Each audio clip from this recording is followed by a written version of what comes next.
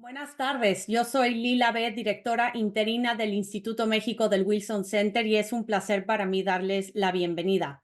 Como muchos de ustedes ya saben, el Wilson Center fue creado en 1968 como un monumento al presidente estadounidense Woodrow Wilson y es uno de los centros de pensamientos apartidistas más destacados de Estados Unidos y se dedica a desarrollar propuestas de política pública a través de investigaciones independientes y diálogos constructivos. El Instituto México es uno de 14 programas que engloba el Wilson Center y se enfoca en fortalecer la relación bilateral entre México y Estados Unidos. Cada 12 años coinciden las elecciones presidenciales en México y en Estados Unidos, y los comicios de 2024 en ambos lados de la frontera determinarán en muchos sentidos el futuro de la relación bilateral. Es por ello que, de cara a las elecciones históricas de México en junio, el Instituto México lanzó una serie de seminarios virtuales sobre diversos temas electorales. Y el evento de hoy se enfocará en analizar los desafíos y las oportunidades que la próxima presidenta de México tendrá que enfrentar cuando tome posesión el 1 de octubre. Los comicios del 2 de junio serán históricos, no solo porque se espera la participación de más de 99 millones de ciudadanos en las urnas, sino también porque serán las elecciones más grandes en la historia del país. Se elegirán más de 20,000 cargos locales, estatales y en el Congreso, así como la presidencia de la República. Y por primera vez en su historia, México elegirá a una presidenta, ya que las principales candidatas postuladas por las dos coaliciones más importantes son mujeres: Claudia Sheinbaum, de la coalición Sigamos Haciendo Historia, y Xóchitl Gálvez, quien representa la coalición Fuerza y Corazón por México. Pero sin importar cuál de las dos herede la silla presidencial, existen desafíos y oportunidades que el próximo gobernante del país tendrá que enfrentar y ojalá aprovechar. Entre ellos destacan la inseguridad y la presencia del crimen organizado, la falta de transparencia y la ausencia de un Estado de Derecho, el acceso a la salud y los medicamentos, así como mantener la estabilidad fiscal y estimular la economía, asegurar el suministro de energía y de agua, disminuir la pobreza y los feminicidios, mejorar la calidad de la educación, generar oportunidades para los jóvenes, ofrecer programas sociales para los sectores más vulnerables, desarrollar una política exterior que logre acercar a México con sus principales aliados en la comunidad internacional, fortalecer la democracia y proteger los derechos humanos de todos los ciudadanos, entre muchos otros. La mayoría de estos temas los hemos cubierto en la serie de seminarios virtuales que el Instituto México lanzó de cara a las elecciones, pero el objetivo del evento de hoy es entablar una discusión con expertos para discutir muchos de los asuntos que acabo de mencionar y proponer posibles soluciones o políticas públicas que pueda considerar la próxima presidenta de México. Ahora, por cuestiones de tiempo, solo mencionaré los puestos actuales y una breve semblanza de cada ponente, pero pueden consultar sus biografías completas en la página web del Instituto México. Le doy la gran bienvenida a Gabriel Farfán, profesor de Finanzas Públicas en la Universidad de Georgetown. Es presidente y director general de la Comunidad Mexicana de Gestión Pública por Resultados, un centro de pensamiento independiente con sede en la Ciudad de México que se centra en las finanzas públicas y las políticas sectoriales. También nos acompaña María Elena Morera, una activista ciudadana, conferencista, columnista y líder de Opinión Mexicana. Actualmente es presidenta de Causa en Común, una organización civil dedicada a la construcción de la ciudadanía, así como a promover mecanismos para la transparencia y la rendición de cuentas del gobierno que fortalezcan el Estado de Derecho en México. Y Pamela Starr, quien es Global Fellow del Wilson Center y profesora de Relaciones Internacionales y Diplomacia Pública en la Universidad del Sur de California. Es asesora de Monarch Global Strategies, una consultora para las agencias de inteligencia y diplomáticas de Estados Unidos. Su trabajo se ha centrado en la política, la economía y la política exterior mexicana, así como la relación bilateral entre Estados Unidos y México, y los ha trabajado durante más de 30 años. La estructura del evento será la siguiente. Los tres ponentes iniciarán sus participaciones con un mensaje de apertura. Cada ponente podrá hablar hasta 10 minutos. Al concluir esta primera sección, continuaremos con una discusión fluida y dinámica entre los ponentes. Luego pasaremos a una sesión de preguntas y respuestas con la audiencia. Si quieren, los que nos acompañan virtualmente, enviar una pregunta a nuestros ponentes, les pedimos de la manera más atenta que nos las manden a nuestra cuenta de X @Mexico Institute o a nuestro correo electrónico mexico@wilsoncenter.org. Pero antes de pensar, quiero aprovechar esta oportunidad para agradecerle a nuestros panelistas de lujo por tomarse el tiempo de compartir su visión y sus conocimientos con nuestra audiencia. Y también agradezco a todos los que nos acompañan virtualmente a este evento. Ahora, sin más por el momento, les haré una pregunta muy general a nuestros ponentes, la cual es: ¿cuáles son los desafíos de gobierno que heredará el sucesor de AMLO, es decir, la próxima presidenta de México? Gabriel, si estás de acuerdo, iniciamos contigo. Muy bienvenido.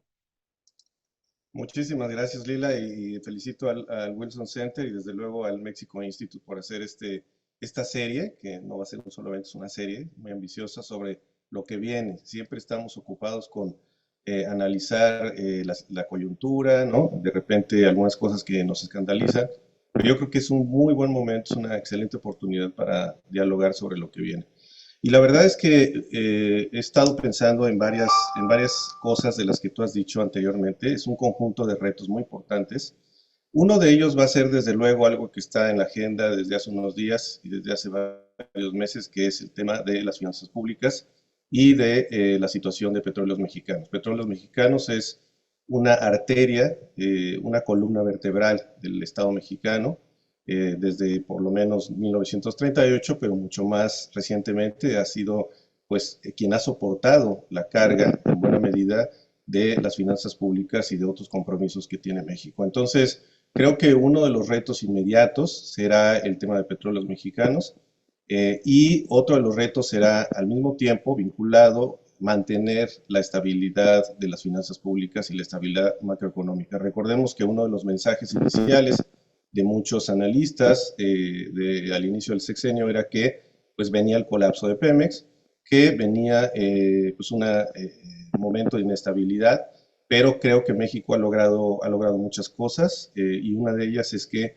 la estabilidad ha permanecido, el Banco de México, el Banco Central sigue haciendo su trabajo y bueno, otras de las cuestiones que podían tener un impacto como el tema de la presidencia en Estados Unidos y otros asuntos, digamos, como la pandemia, pues no descarrilaron, digamos, a el modelo económico mexicano. Sí, hay muchos retos y lo dejo ahí como finales ideas. Todos los financiamientos de las grandes demandas que tiene la población en México, las grandes demandas en salud, en educación, la sostenibilidad de los gastos en seguridad pública que se vienen y que se tienen que mantener, porque bueno, el país sin duda tiene el gran reto de asegurar, preservar la seguridad pública en todo el territorio y eso va a exigir recursos importantes. Entonces creo yo que los retos son importantes, pero no partimos de cero y desde luego si nos hubieran preguntado esto hace 5 o 6 años, pues no estaríamos o no hubiéramos imaginado que tendríamos una circunstancia tan interesante y con tanta oportunidad, porque lo que se me viene a la mente cuando hablamos de estos temas es las oportunidades que tiene México al futuro. Y tiene muchas, ¿no? Espero que durante esta conversación pues salgan todas las otras betas que yo le veo. Muchas gracias. Gabriel, nada más abusando de tu conocimiento e inteligencia, se habla Gracias. mucho en México sobre la necesidad de una reforma fiscal, porque hay algunos analistas, algunos economistas que están previendo que tal vez la situación fiscal económica de México pueda disminuirse o pueda agravarse en 2025. Incluso me imagino que viste el reporte del Fondo Monetario Internacional que dijo que el crecimiento del país se va a reducir a 1.4% el próximo año. ¿Cuál es tu observación? ¿Cuál es el panorama que tú ves en los próximos años para México? Muchísimas gracias. Hago un disclaimer. Yo fui director general de ingresos en la Secretaría de Hacienda, entonces me encantan los impuestos y me encantan las reformas fiscales. Sin embargo, debo de reconocer, y esto apoyándome en lo que dices muy atinadamente sobre el Fondo Monetario, pero también dos reportes que salieron apenas ayer de la CEPAL y de la OCDE, en donde se da pues una cuenta de lo que ha hecho México en términos de tributación y de impuestos. Bueno, lo que ha ocurrido es que el gobierno de México ha hecho un gran esfuerzo por hacer más eficiente la recaudación de impuestos y ha logrado, digamos, cotar o lidiar con estos vendavales que fueron el COVID, el tema del decrecimiento económico, etcétera. Entonces, yo veo que se ha hecho un gran esfuerzo en el tema de recaudación, se ha salido adelante, pero que hacia el futuro se necesitará no solamente seguir esa política, sino tratar de sacarle lo más que se pueda a la estructura impositiva existente. Es decir, no veo, y me gustaría en algunas áreas tener nuevos impuestos, pero no veo urgente la necesidad de una reforma fiscal. Creo que todavía se puede hacer algo con el marco fiscal que se tiene, pero no creo que pueda aguantar otros 6 años. Entonces, sí hay un reto importante, sí, desde luego de financiamiento, pero la verdad es que ha sido impresionante cómo ver, ustedes pueden ver en los reportes, cómo México ha sido resiliente a todo lo que le ha ocurrido y ha mantenido los ingresos públicos para poder financiar el gasto. Muchas gracias, Gabriel. Al ratito te voy a molestar para platicar un poco más sobre el tema económico y cómo, tú bien lo mencionaste, cómo las candidatas con estas plataformas políticas sumamente ambiciosas que han presentado, cómo las van a financiar. Pero ahorita regreso contigo. María Elena, es un gusto tenerte el día de hoy en esta conversación, dándole un poco de giro a la conversación. Tú que tanto vives, ¿no? A flor de piel todos los días con Causa en Común, los temas de seguridad en México, los derechos humanos, cuál es el rol de la sociedad civil en el sistema político de México actual. Me encantaría que nos dieras tus observaciones y lo que se debe de hacer o debe de hacer la próxima presidenta de México para fortalecer la sociedad civil y los temas que tú investigas. Muchas gracias, Lila. Muchas gracias al Wilson Center por la oportunidad y me da mucho gusto compartir este panel con Gabriel Farfán y con Pamela Starr. Miren, independientemente de quién llegue a la presidencia, ya sea Claudia o Xóchitl, como bien decías, la democracia está en riesgo y tendrá que afrontar retos muy importantes. De acuerdo con el índice de democracia de The Economist en 2023, nos dice que México cayó al lugar número 90 de 167 países, en el ranking internacional de democracia. Es decir, que de 2018 a 2023 caímos 19 lugares.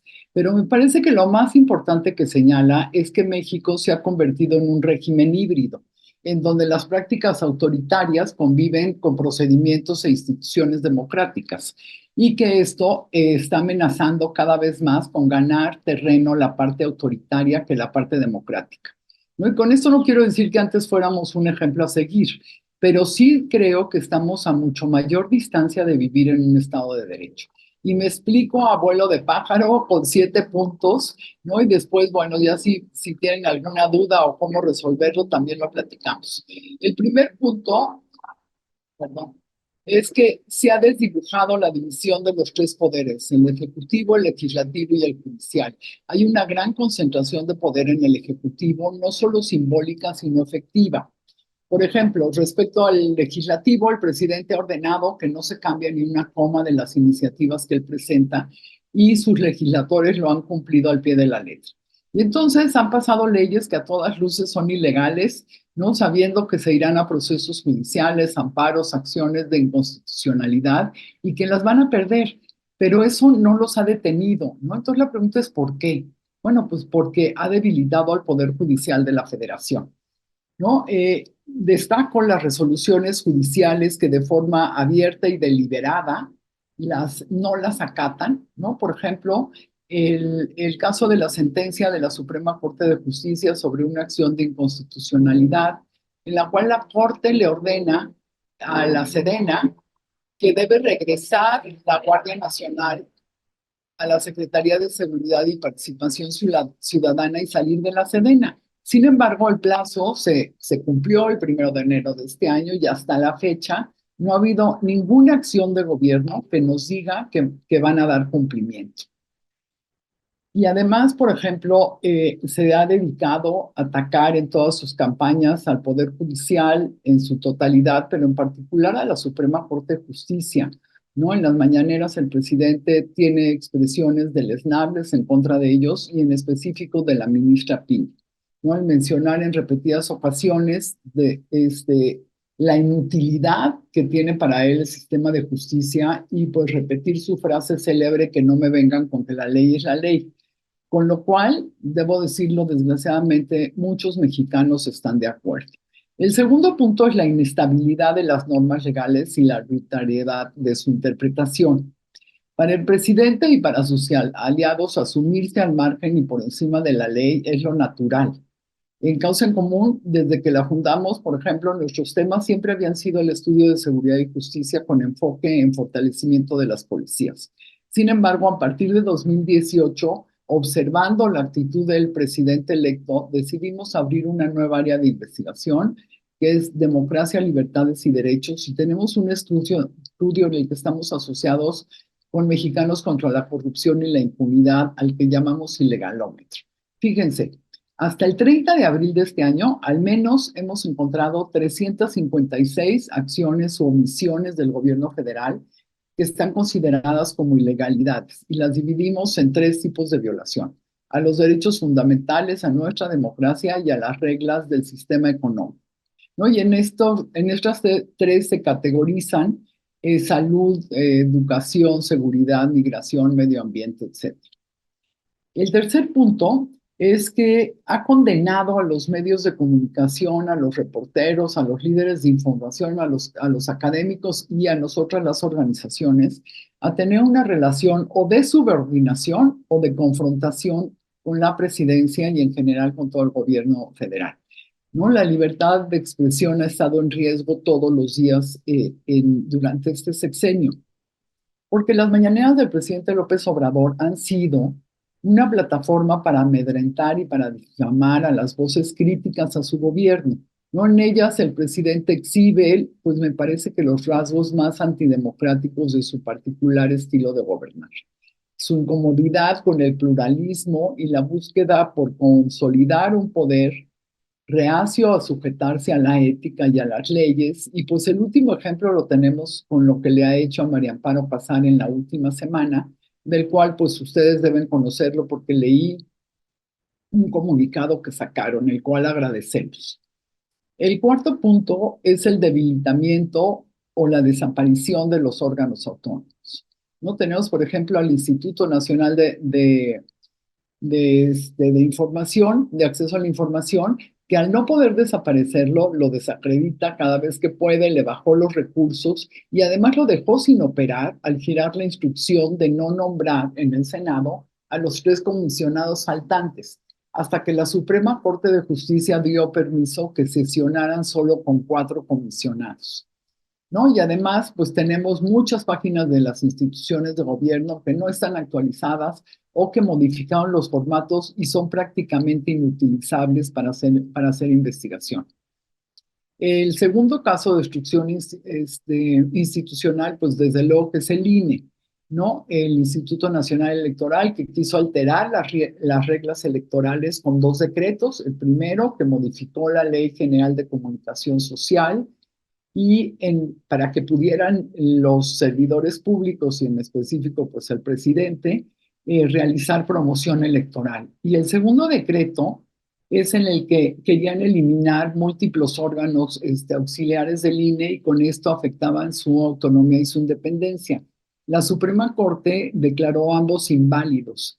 Sin embargo, pues de todas formas el presidente les disminuyó los recursos, los denosta en las mañaneras y además no han nombrado en el Senado, también por órdenes del presidente, a los magistrados electorales faltantes, lo cual pone en riesgo la elección de este 2 de junio.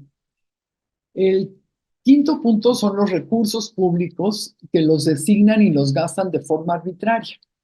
Les comento, el primer decreto que hizo el presidente cuando entró a finales de 2018 fue quitar los recursos a las organizaciones civiles, porque él considera que todos los programas sociales tienen que estar bajo su cargo. Y otro ejemplo, le quitó los recursos de seguridad a los municipios y mermaron los de los estados. Sin embargo, los recursos a los militares han aumentado de forma estrepitosa, ¿no? Para 2024, por ejemplo, la Guardia recibirá este año un total de 70,000 millones de pesos que se suman a los presupuestos otorgados para las Fuerzas Armadas, que son 259,000, para la Sedena, 71,000 para Marina, y las partidas, además a estas partidas, bueno, pues se suma el fideicomiso a la Sedena que superó los 171 millones de pesos. Entonces, con el lema de la austeridad republicana se han quedado con el dinero de fideicomisos, tal vez de ahí han sacado el dinero, ¿no? Del que comentaba ya nuestro otro panelista, ¿no? Gabriel, han desmantelado instituciones públicas, órganos autónomos, universidades, procesos de vacunación, distribución de medicamentos, porque a todo les ha ido reduciendo los recursos. No, las únicas secretarías que siguen teniendo presupuestos y altísimos son la Sedena, la Marina y, por supuesto, la Secretaría del Bienestar. El sexto punto es el militarismo y la militarización. Respecto a este punto, les puedo decir que tenemos en Causa en Común un Observatorio Nacional Ciudadano de la Guardia Nacional y la militarización, en el cual pues vemos los atropellos legales, los incumplimientos y la falta de resultados de la Guardia Nacional. Ustedes me pueden decir, bueno, son muchos recursos, pero ¿dan resultados? Pues no. Y hasta aquí me quedo porque ya se me acabó el tiempo. Muchas gracias. Muchas gracias, Marilena. Y ahorita vamos a regresar también contigo.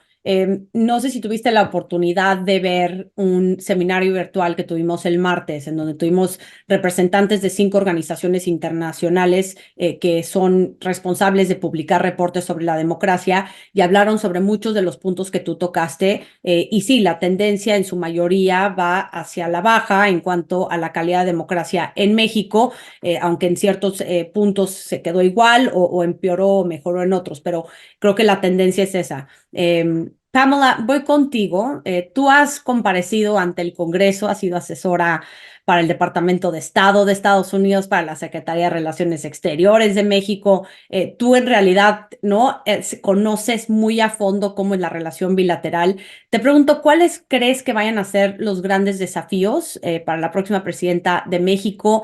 Hay algunas oportunidades, incluso si puedes ver una óptica, ¿no? En la relación bilateral, donde tal vez se pueda abrir una ventana de oportunidad para profundizar la cooperación entre ambos países. Te cedo la palabra, Pamela, y muchas gracias por todo el apoyo para hacer este webinar el día de hoy. Gracias, Lila.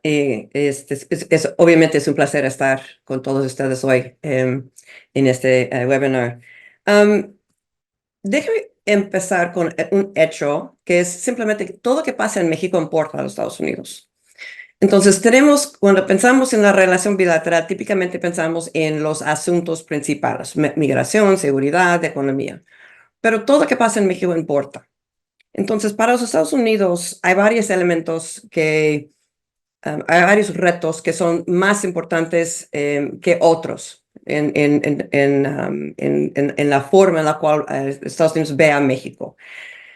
Algunos obvios, algunos no tanto. Primero, con lo no tanto, hemos visto por debajo del López Obrador un debilitamiento del Estado mexicano, en parte por un pérdida de capital humano, porque bajaron tanto los sueldos en los primeros 2 años, muchos salieron del gobierno, de la burocracia, pero también por esa austeridad republicana que ha recortado el presupuesto de muchos de los burocracias. Entonces, eso ha minado la habilidad del Estado mexicano a hacer cosas. Entonces, no tenemos un Estado que es capaz de hacer todo lo que tiene que hacer. Y un ejemplo muy obvio es simplemente falta de mantenimiento en la infraestructura mexicana. Falta de mantenimiento de las carreteras, de los ferrocarriles para poder transportar producto de México a Estados Unidos. Entonces tenemos ese problema del Estado que no puede, que una Guardia Nacional que simplemente no tiene los números necesarios para hacer todo lo que tiene que hacer. Entonces, esa debilitamiento del Estado, es muy importante. Segundo, electricidad. Es muy importante para los Estados Unidos que México puede ser un lugar de inversión para aumentar su capacidad de producir como parte de las cadenas de producción entre los Estados Unidos y México y Canadá. Pero México necesita un ambiente que es atractivo a los inversores. Uno de los problemas es falta de electricidad y también generado a través de energía limpia. Podemos discutir cómo se puede resolver eso, pero ese es un problema que México tiene que lidiar directamente con eso. López Obrador podía postergarlo. La próxima presidenta no puede, como es evidente en los apagones de los últimos 2 días en varios estados mexicanos. También hay problemas de la propiedad privada, en el sentido que López Obrador no siempre ha protegido la propiedad privada. Y eso genera algo que los economistas en inglés se llama the commitment problem, y no se traduce fácilmente al español que mantiene la idea. Pero la idea es tener una forma en la cual el gobierno puede asegurar a los inversores que su propiedad va a estar protegido. En una democracia liberal eso es posible simplemente porque hay tantos actores que están protegiendo la propiedad. La posibilidad de un ejecutivo de sacarlo a sí mismo sin otros actores que balancen lo que hace, un legislativo que es independiente, un sector judicial que es independiente. Eso fue la resolución al commitment problem en México durante la época de democracia, durante los últimos 2000 a 2018. La caída de la democracia, la concentración, como María Elena estaba diciendo, del poder político en las manos del ejecutivo, del presidente, mina la confianza de los inversores. Y eso es también algo que va a tener que lidiar la próxima presidenta. Y también, obviamente, es sumamente importante para la economía bilateral, trilateral. Específicamente más allá de la economía, la seguridad. Los Estados Unidos se acostumbró a una cooperación muy fuerte entre los Estados Unidos y México por debajo de los gobiernos de Fox, sobre todo Calderón, y hasta cierto punto Peña Nieto. Pero eso era fuera de lo normal en la historia de la relación bilateral. México típicamente ha sido más nacionalista, más... ah, ah, no encuentro la palabra en español. Más... ¿Cuál es en inglés, Pamela? protective. Ha sido más, pues sí, no es proteccionista, porque eso es No. un tema económico. Más protector, más no. Sí, te entiendo, es difícil de traducir. Pero Resguardado. la idea simplemente es proteger su soberanía y limitar qué tanto los Estados Unidos, los actores del gobierno norteamericano, sobre todo la Drug Enforcement Administration, su capacidad de operar en el territorio mexicano. Y ese problema, esa sensibilidad, creo que va a seguir si tenemos un gobierno de Claudia Sheinbaum, menos con un gobierno de la oposición de Gálvez. Pero de todas formas, ese nacionalismo mexicano siempre va a estar y va a generar problemas en la habilidad de los dos gobiernos cooperar en una forma uh,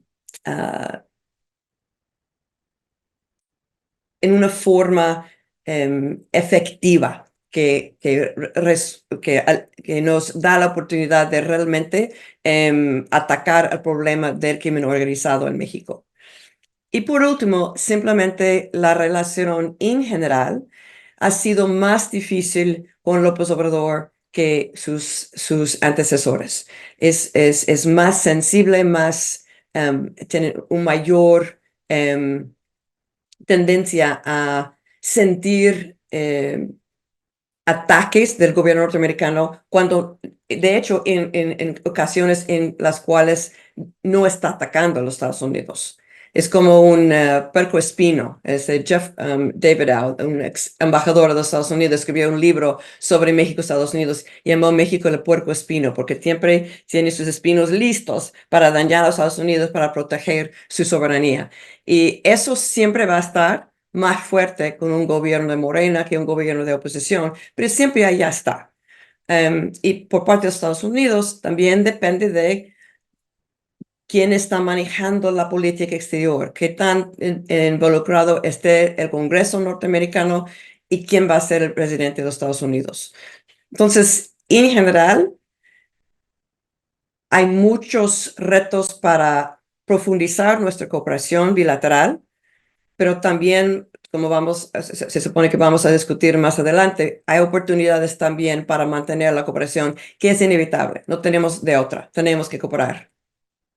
Gracias, Pamela. Y a ver, Gabriel, voy rápido contigo. Tenemos otra pregunta general que, a ver, ¿cuáles son los obstáculos y las oportunidades para abordar, ¿no? Las cosas, los temas que hemos mencionado, pero un poco para ligar lo que ha dicho María Elena, lo que dijo Pamela, lo que dijiste tú, ¿no?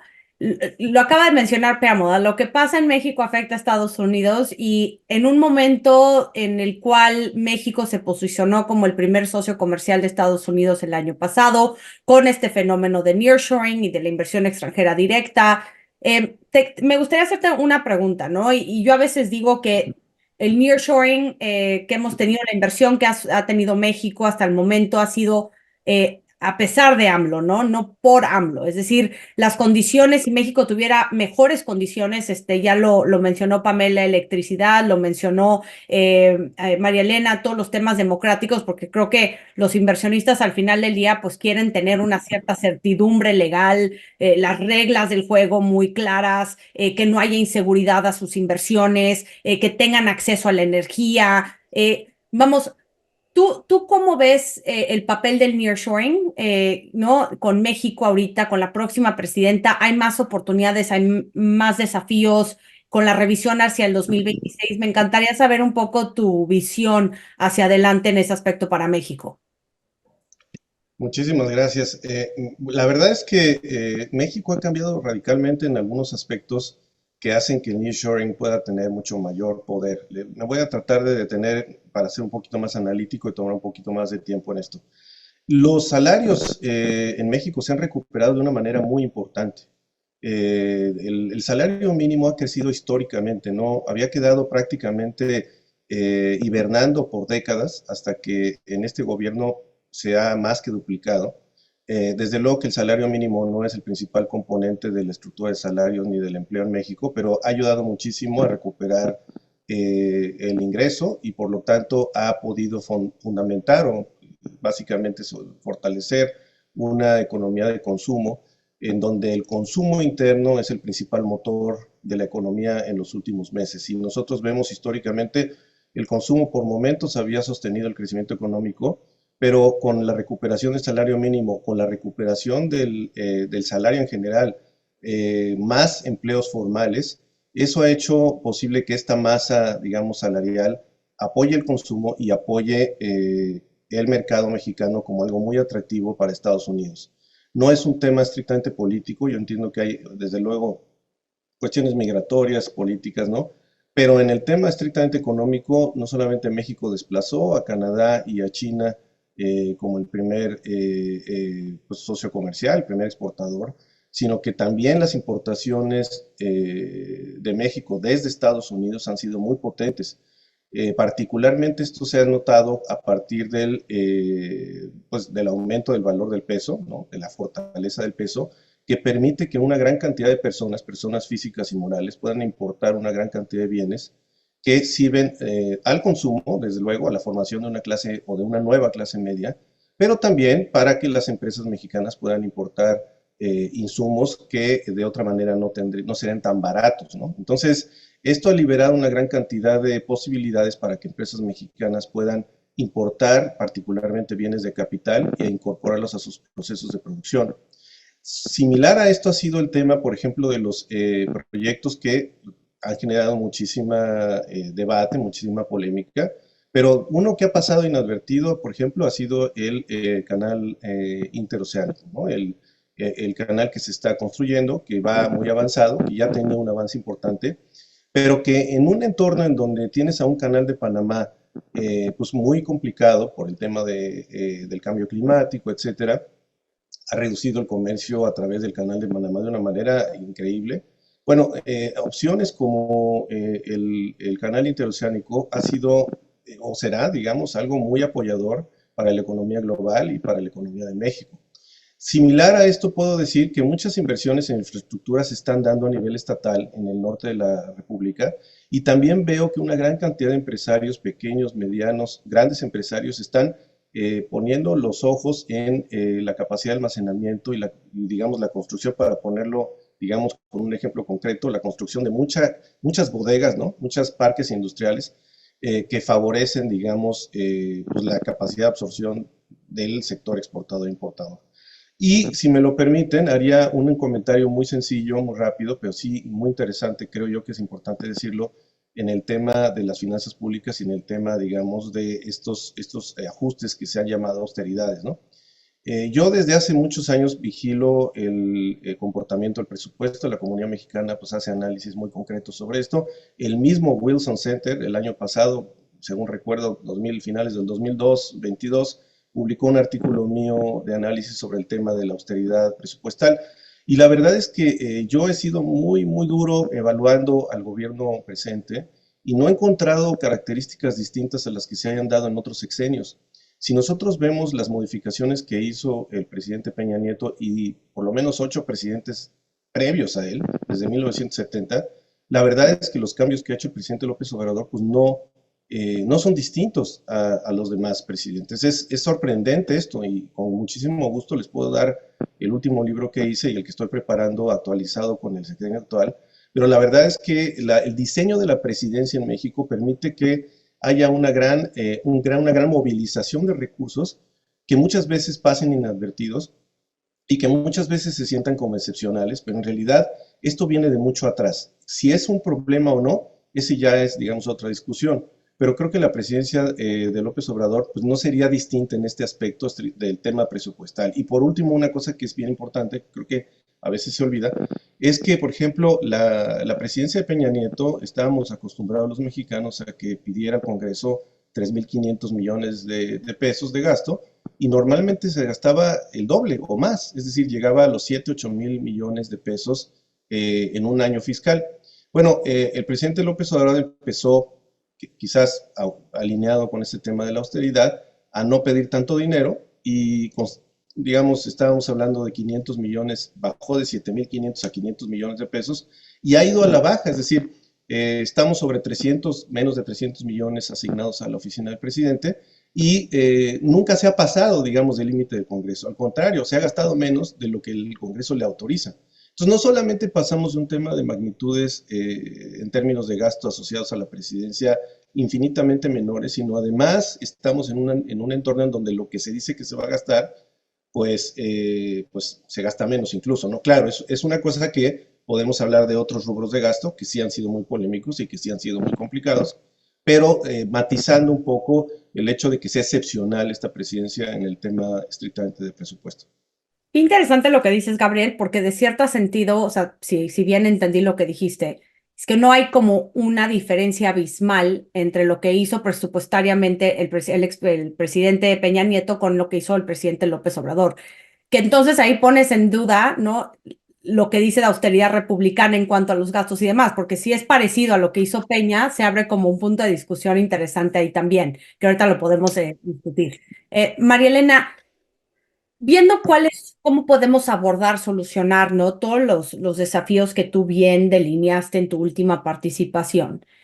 ¿Tú qué puedes visibilizar en cuanto a lo que pueda hacer la próxima presidenta de saque, ¿no? Para tratar de democratizar otra vez a México o de tratar de fortalecer las instituciones?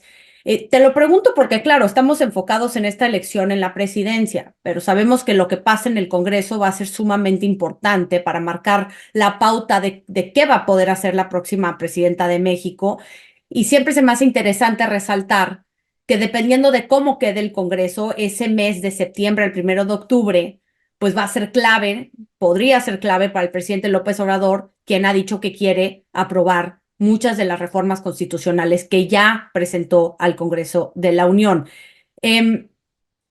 No sé si viste un artículo el día de hoy en Financial Times sobre Claudia Sheinbaum que dice que va a apoyar las reformas constitucionales, particularmente la judicial de López Obrador.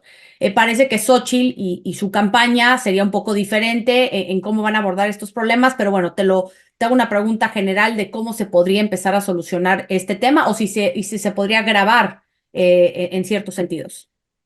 Sí, mira, yo creo que tienes razón. También es muy importante cómo va a quedar el Congreso, cómo van a quedar las gubernaturas, ¿no? En el caso del Congreso, lo que nosotros pensamos es que quien se lleve la presidencia se va a llevar más o menos el 55% del Congreso, es decir, va a tener mayoría, pero no calificada, porque la gente en México no vota de manera diferenciada. Generalmente por el mismo que vota por presidente, vota por senadores y diputados. Este, no veo fácil las reformas que se tengan que hacer para el bien de México. Sí creo que, por ejemplo, como decía el Financial Times, en el caso de Quebecana Claudia, por lo menos en un principio, ella va a estar empujando las reformas del presidente López Obrador. No creo que en este caso a Claudia le convendría no ganar la mayoría, ni siquiera la mayoría simple en el Congreso, porque entonces ella ya no se vería obligada a cumplir con todo lo que le está pidiendo López Obrador que cumpla, iniciando su sexenio. En el caso de Xóchitl Gálvez, pues no va a tener esa lápida encima, sin embargo, también hay que decirlo, va a tener un Congreso difícil, México está muy polarizado, ¿no? Y creo que cualquiera de las dos tendría que empezar por convocar un gran acuerdo nacional, ¿no? Donde volvamos al camino institucional, donde nos podamos hablar sin que nos griten desde presidencia, donde podamos poner propuestas en la sociedad civil, que se puedan hacer cambios institucionales importantes, y me referiré solamente al tema de seguridad y justicia. Sí creo que el desmantelamiento de la Policía Federal fue algo muy importante y muy grave para México, porque hoy no tenemos una policía civil que sea quien investigue. Y por darles un dato, la Guardia Nacional con 128,000 elementos más o menos, porque no tenemos el dato exacto, porque en sus propios documentos vienen diferentes datos, pero más o menos con ese número de guardias nacionales detuvieron en 2022 a 2,882 personas.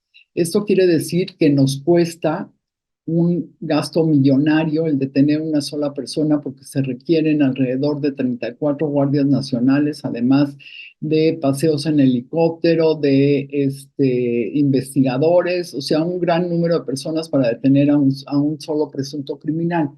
Y comparando, la policía de Coahuila en el mismo periodo detuvo a 8,800 presuntos criminales, y los presentó ante el Ministerio Público. Entonces, me parece que esta política que ha implementado el presidente López Obrador de abrazos no balazos deja en una posición sumamente débil a las policías del país, no solamente a la Guardia Nacional.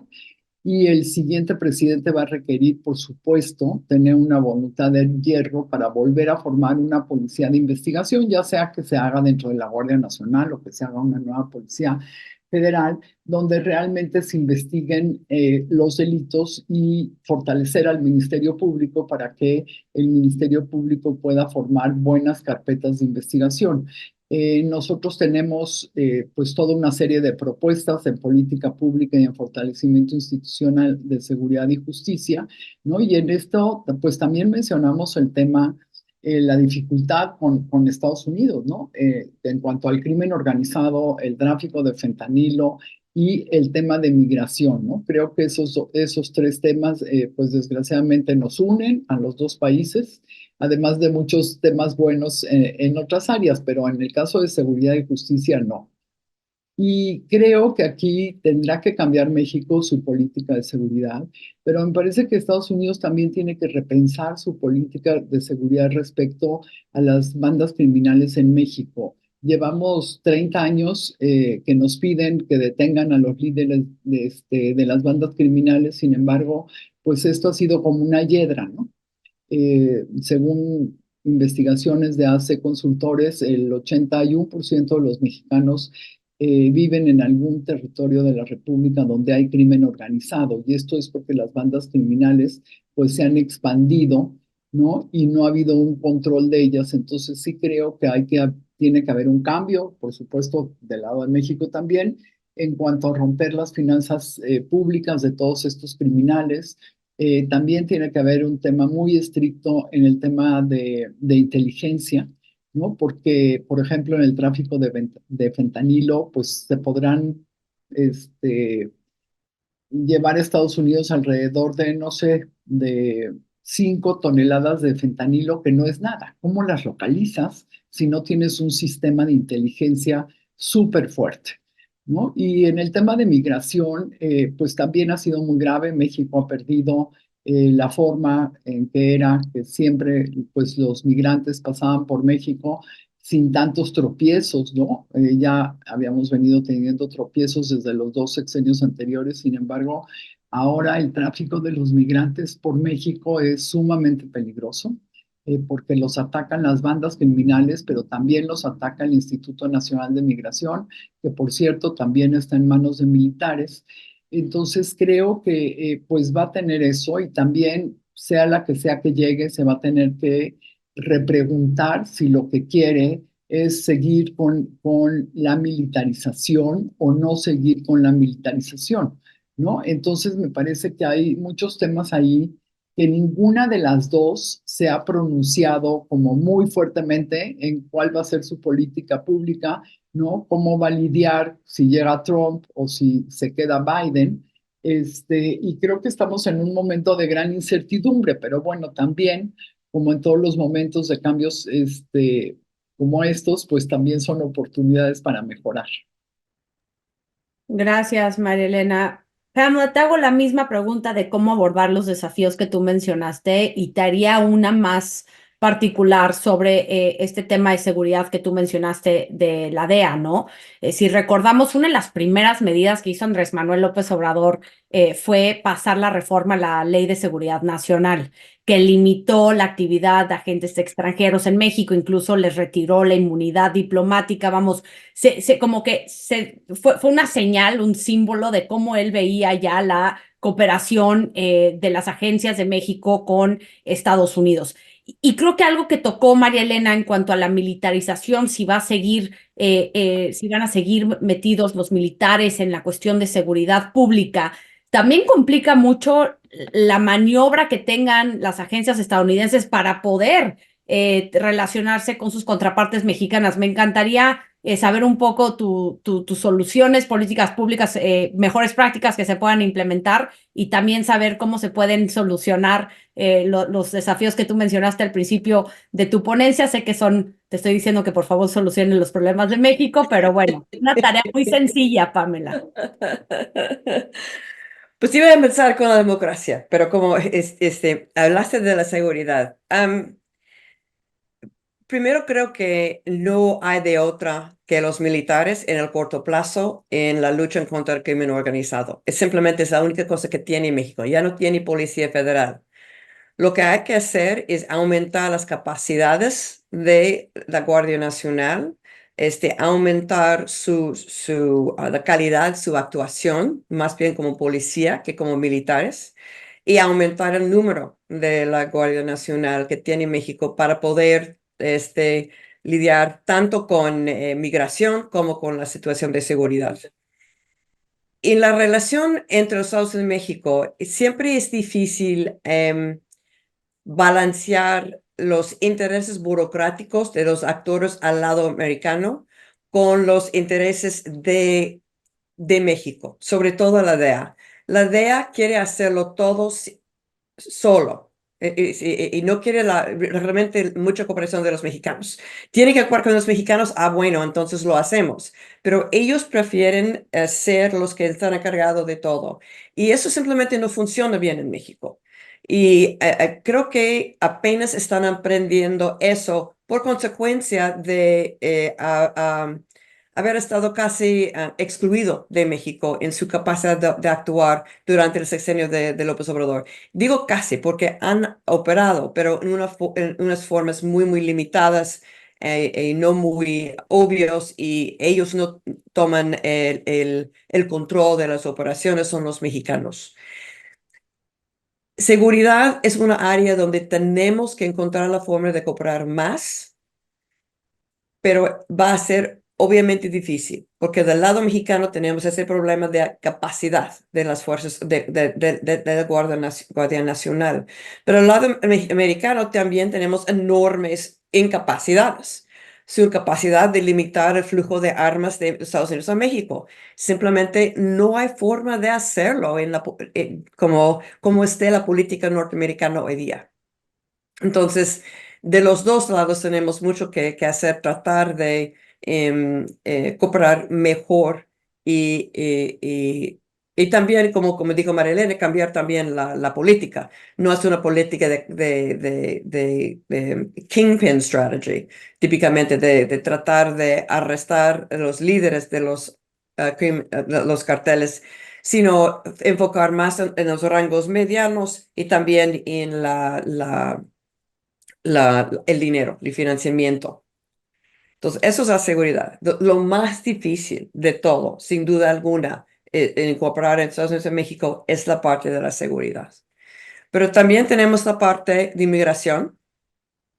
Y lo bueno y lo malo de inmigración, lo bueno es que los dos lados tenemos el incentivo de cooperar, tratar de limitar la migración hoy día, porque la mayoría de la gente inmigrando no son mexicanos. La mayoría son centroamericanos, pero sobre todo los que no, el grupo más grande hoy día son los no mexicanos, no centroamericanos. Entonces, México tiene interés tanto como los Estados Unidos en tratar de limitar el flujo de inmigrantes a través de México hacia los Estados Unidos. El problema es que es simplemente la capacidad de los dos lados de tratar de reducir el flujo en una forma humana. Es difícil, pero por lo menos estamos trabajando juntos con el mismo objetivo en lo de la migración. En la economía hay varios problemas. Primero, México tiene que generar un ambiente que apoya al nearshoring. Y tenemos varias oportunidades allá. Primero, las dos candidatas están a favor de hacer eso. Las dos candidatas están a favor de energía limpia. Entonces, creo que vamos a mejorar, México va a mejorar las oportunidades, las condiciones, la atractividad del mercado mexicano para los inversores. Si sea un Sheinbaum, no va a ser un cambio enorme, pero sí un cambio importante. Si sea un Gálvez, va a ser un cambio radical. Pero de todas, la persona que sea, México se da cuenta de la gran oportunidad que es el nearshoring y la importancia eso para su economía nacional, y eso ayuda la economía binacional o trinacional. También hay como estaba diciendo Gabriel, no hay un apetito para aumentar los impuestos, pero hay muchas formas de aumentar qué tanto el gobierno puede recoger. Hay la posibilidad que SAT utiliza inteligencia artificial de encontrar los que no están pagando. Pero también hay una propuesta interesante de Gerardo Esquivel, que es uno de los asesores económicos de Claudia Sheinbaum, de cómo mejorar la habilidad de colectar la predial, que casi no se paga en México. Entonces, hay varios asuntos allá. Rápido, porque sé que estoy hablando mucho en esta intervención, pero la democracia. Los Estados Unidos ha tomado la decisión estratégica de no presionar México para proteger la democracia en México. Ha decidido que los asuntos de inmigración, seguridad y economía son más importantes. Entonces no ha hecho casi nada para tratar de limitar lo que ha hecho López Obrador, más allá de unos reportajes de vez en cuando. Pero yo veo una oportunidad muy importante para la democracia mexicana, que está en un perfil bastante bajo, yo creo. Es que en las encuestas sobre qué piensa la gente en la democracia, si apoya la democracia mexicana, que la democracia mexicana está ayudando para ti, que está mejorando tu nivel de vida. Vemos que en los números han aumentado enormemente con López Obrador. Por la primera vez en la historia, la gente de los rangos bajos socioeconómicamente en México se sienten que la democracia puede funcionar para ellos. Y eso es algo que la próxima presidenta va a heredar, y es una capacidad podría ser materia prima para desarrollar un sentido democrático en una parte del pueblo mexicano que no lo tenía antes. Gracias, Pamela. Tenemos 5 minutos antes de empezar con las preguntas, pero voy a hacerte una de las preguntas que me llegó de la audiencia, Gabriel. Y dice esencialmente, es que está en inglés, entonces lo voy a traducir, que si hay algunos estados, me imagino como Nuevo León, por poner un ejemplo, que haya un impuesto como condiciones, incentivos fiscales para atraer más inversión extranjera directa que otros, y si hay algunas buenas prácticas o modelos que pueda adoptar el gobierno federal para replicar lo que han hecho ciertos estados para atraer la inversión. Bien, bueno, resulta que coincide que hace apenas unos meses la Fundación Konrad Adenauer hizo el favor de publicar en coautoría un estudio sobre precisamente la pregunta que están haciendo, ¿no? ¿Cuáles son las buenas prácticas y cómo se puede hacer esto de apoyar el nearshoring? Y lo que tenemos, al menos en el documento que con mucho gusto lo distribuyo, ya publicado, pues es un estudio sobre el impacto que tiene la inversión pública estatal en impulsar el Producto Interno Bruto estatal, particularmente en inversión pública de infraestructura. Y lo que vemos es que, por ejemplo, en el caso de Nuevo León y Guanajuato, que son los casos que en coautoría con la doctora Heidi Smith hago sobre este tema, lo que ocurre es que cuando tienes la capacidad estatal de tener un cuerpo técnico que tenga no solamente independencia y autonomía, pero que tenga interlocución con el sector privado y público, estoy hablando del Consejo Nuevo León, ¿no? Y del Instituto de Planeación del Estado de Guanajuato, existe la capacidad institucional para poder identificar, priorizar y dirigir, asignar recursos estatales a apoyar el desarrollo. Si no se tiene esta capacidad, una capacidad estatal que se construye con recursos humanos, con instituciones, con consensos de en dónde invertir, hacia dónde invertir, qué magnitud de recursos poner, no podemos hablar de que tenga una incidencia o que haya un impacto positivo, no solamente en el nearshoring, sino en cualquier otra cosa. Es decir, concluir, ¿no? Nuevo León y Guanajuato, hay otros casos, pero son los casos que nosotros escogimos. Al invertir, al hacer inversiones públicas en sectores claves para el nearshoring como transporte y servicios públicos, bienes y servicios públicos, lo demostramos en el documento, bueno, ojalá lo lean, sí hay un impulso al empleo, hay un impulso a la inversión y sobre todo hay un impulso a que el sector privado pueda invertir, que se anime a invertir. Cuando hay una entrada amable para el sector privado en el sector público y en las inversiones públicas, se potencia, ¿no? Entonces, sí hay buenas prácticas. Nuevo León y Guanajuato, diría yo, son dos estados paradigmáticos. Y, perdón, en el tema de seguridad pública, aunque no tiene que ver con voy a tomar 5 o 10 segundos, no sé, un poquito más, en el tema de la seguridad pública, ¿no? Y lo que hemos visto en la comunidad mexicana, con los estudios que hemos hecho y los indicadores, todos apoyados por nuestra asociación y sociedad con el Instituto, con el INEGI, con el Instituto Nacional de Estadística, Geografía e Informática, básicamente lo que vemos es que en 56 ciudades que hemos estudiado, tiene mucho que ver el nivel de predial que se recauda y qué tanto de ese predial recaudado se dirige a crear capacidad institucional en las policías estatales y municipales. Entonces, tenemos un problema, no digo que sea la varita mágica financiar y pagar bien a los policías, pero sí tenemos una claridad de que a mayores recursos recaudados específicamente por el predial y a mayores recursos derivados de ese predial asignados a la construcción de capacidad en las fuerzas de seguridad estatal y municipal, sí hay una incidencia real en la seguridad pública. O sea, yo no quisiera decir que no tiene nada que ver el gobierno federal, pero sí quisiera levantar o bueno, redireccionar la atención hacia los gobiernos municipales y estatales, porque sí tenemos claramente un problema de poca financiamiento. Tenemos policías que ganan entre 7 y 15 mil pesos mensuales. Entonces, ¿en qué país del mundo estaría un policía dispuesto a arriesgarse, a arriesgar su vida, a arriesgar la viabilidad de su familia con salarios, y no digamos el salario en términos de flujo, sino en términos de las prestaciones y los seguros alrededor? Es decir, tenemos un problema de recursos humanos muy serio en este tema, ¿no? Entonces yo simplemente, digamos, adicionando a lo que pregunta la persona, en este tema estrictamente de seguridad pública. Y pues, ojo, las finanzas públicas no son la solución, ni el dinero compra todo, pero cuando se trata de creación de recursos humanos, pues sí los tienes que retener y sí los tienes que tener pues en un entorno institucional que los proteja, ¿no? Y que les dé pues, posibilidades de hacer su trabajo correctamente. Sí, algo muy interesante, Gabriel, y a veces por eso no soy buena moderadora, porque luego me gusta entrarle a la plática, pero voy a ser muy breve.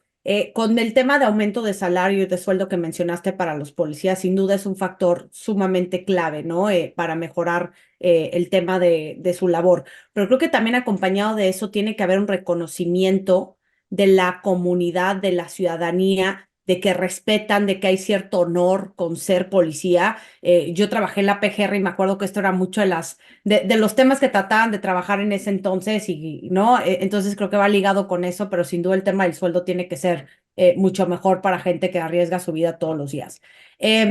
Marilena, tengo una pregunta para ti de la audiencia que dice, a pesar de todos los problemas ligados al desgaste democrático que mencionaste, ¿por qué crees que AMLO sigue siendo tan popular con índices de aprobación muy altos hacia el final de su sexenio? Esa es la pregunta de los 64,000.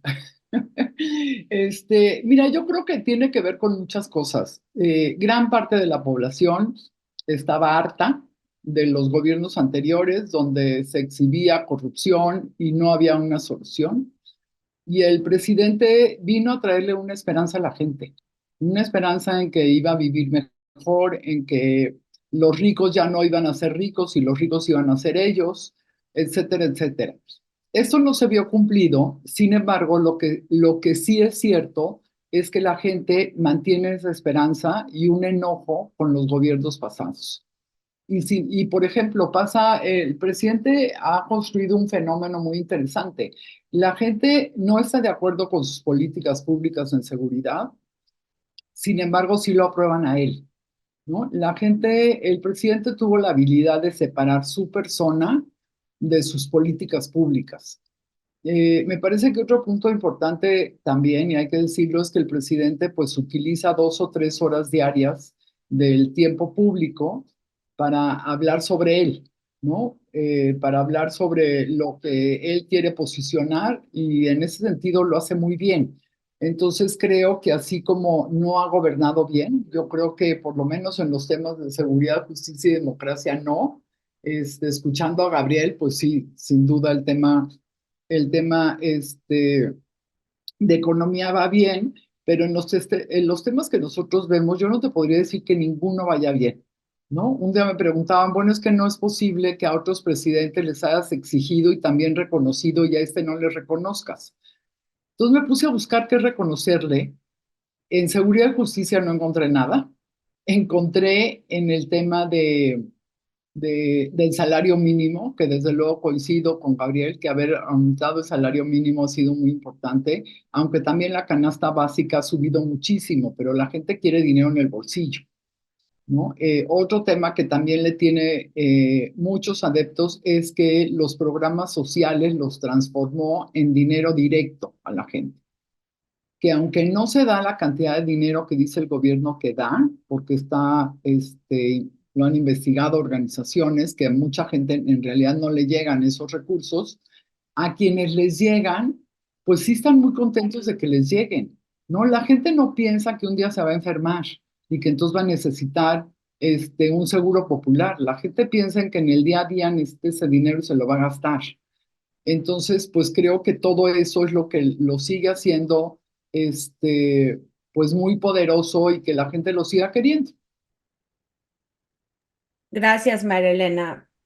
Pamela, a ver, te están tocando las preguntas muy difíciles hoy, ya es un patrón. ¿Cuál crees que sea la dinámica con Trump, con la próxima presidenta de México, si es que llega a la Casa Blanca? ¿Y qué tanto afectaría la relación bilateral entre los dos países? Voy a dar un paso atrás, simplemente porque después de lo que dijo Gabriel sobre los incentivos, quisiera añadir nada más una cosita y después hablo de Trump. México tiene una enorme ventaja que sabemos, pero no siempre lo presentamos en frente de todo en su economía, en su relación con Estados Unidos, que es la geografía. México no tiene que dar los mismos incentivos como Brasil, como la India o otros países, porque por el costo de transporte es tan bajo entre los dos, por la ubicación. Entonces, lo que tiene que hacer México para mí es muy sencillo decir lo que tiene que hacer. Es muy difícil hacer. Aumentar el capital humano, trabajar con las universidades para generar el capital humano que necesitan los inversores, invertir en la infraestructura para bajar el precio del transporte, la seguridad, sobre todo del transporte, y la energía.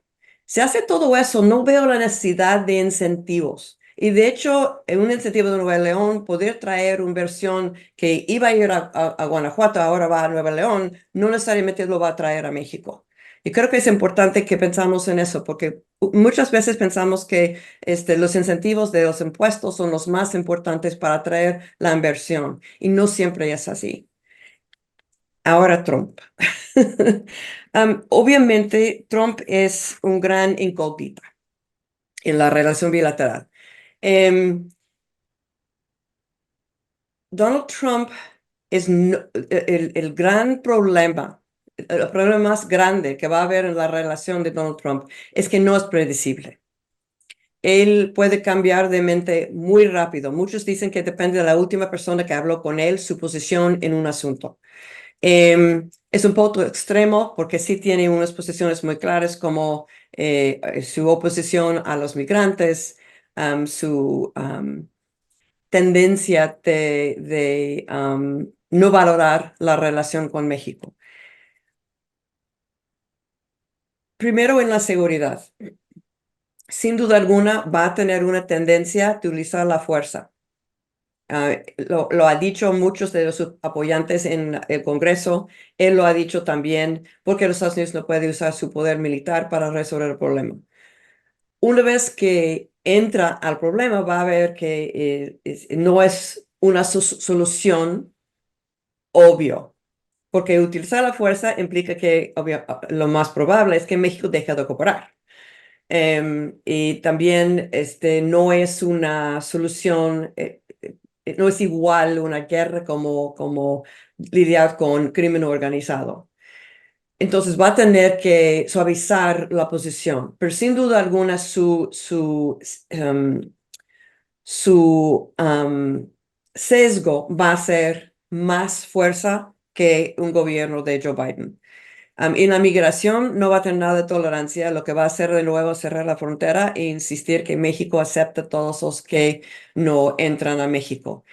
Y la pregunta es si México lo va a aceptar, porque es un derecho soberano de México decir que no lo aceptamos. Entonces, eso podría causar un problema grande. Obviamente va a requerir de una negociación. En la parte económica, él va a tener la tendencia de tratar de coercionar México con el poder económico norteamericano. Dijo que iba a cerrar la frontera la última vez que estaba en la presidencia para coercionar México de cooperar en la migración. No dudo que va a volver a hacerlo. Y en la revisión del TIMEC,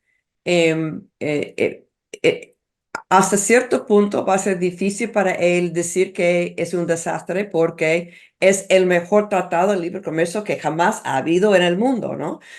Bueno, cuando él lo negoció y lo firmó. Pero a la vez tiene la tendencia de decir que México puede hacer trampa.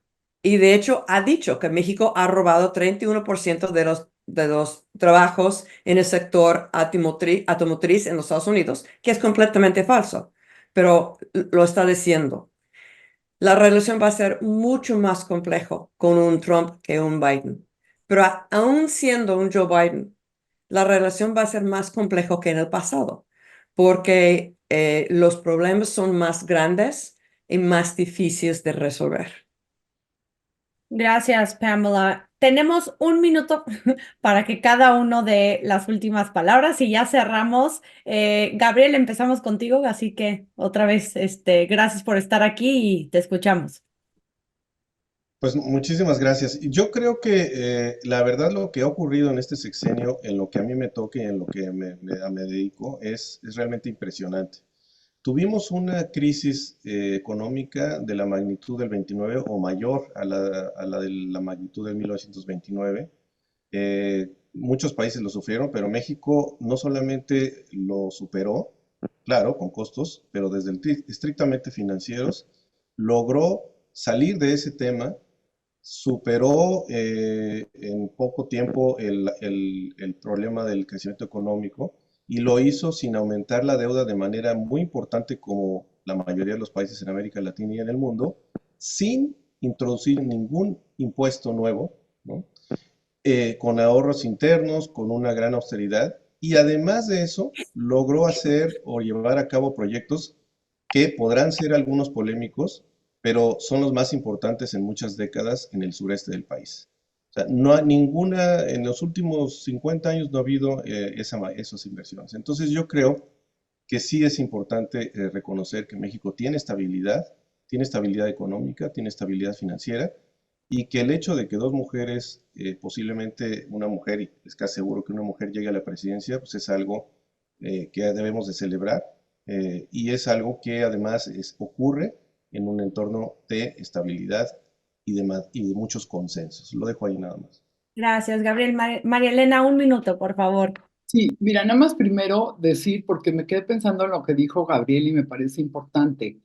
El problema o sea, tenemos que fortalecer las capacidades institucionales de las policías sin duda, pero hay un tema importante que ni siquiera está en la ley, que es la seguridad social para los policías. Porque en el artículo 123 habla de la seguridad social, pero en ningún lugar dice qué tipo de seguridad social y creo que ahí tenemos que trabajar. Por último, además de darles las gracias, bueno, pues los 7 puntos que mencioné sobre el debilitamiento a la democracia, al final del día afectan la vida cotidiana de millones de personas, el derecho a pensar, a creer en lo que quieran, a moverse, a vivir donde quieran, el derecho a la salud, a la educación, a organizarse con otras personas para expresarse sin temor a que les pase algo. Entonces, me parece que es muy importante que todos los mexicanos y nuestro siguiente gobierno trabajemos en eso, que trabajemos en una cultura cívica y en una cultura democrática, que si bien eso no nos va a dar resultado de inmediato, pues sí necesitamos formar mejores ciudadanos para defendernos y para defender nuestra democracia. Muchas gracias. Gracias, María Elena. Pamela. Sí, creo, cuando hablamos de los retos de la próxima presidenta de México, tenemos la tendencia de simplemente ver los últimos 6 años, últimos 5 años y medio. Y han sido unos aciertos, sin duda alguna, como la estabilidad macroeconómica, la reducción de pobreza, cosas que hemos mencionado.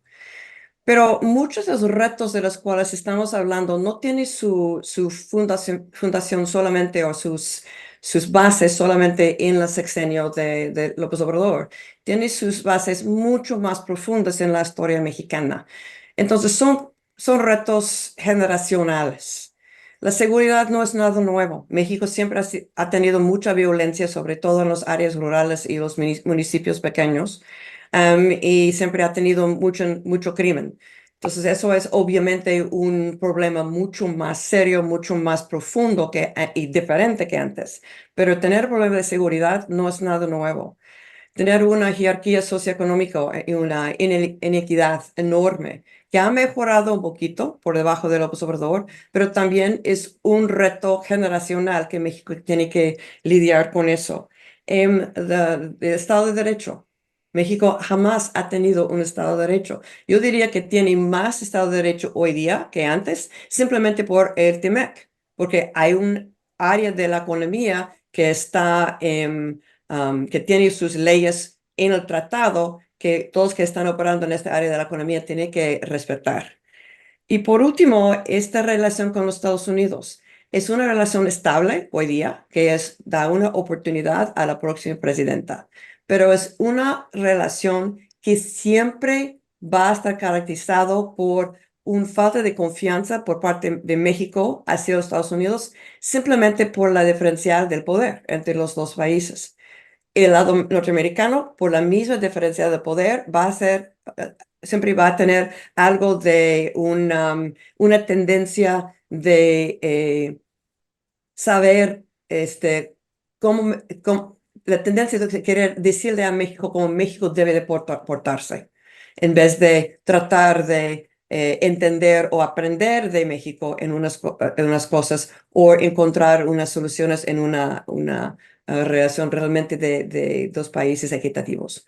Entonces, creo que tenemos que tener en mente que los problemas son más profundas y nos da una humildad en los esfuerzos de tratar de resolverlas. Pues Gabriel, María Elena, Pamela, muchísimas gracias por sus conocimientos, por compartir posibles soluciones políticas públicas. Les agradezco enorme, de verdad, por acompañarnos hoy. Agradecerle al público que nos acompañó. Gracias por sus preguntas.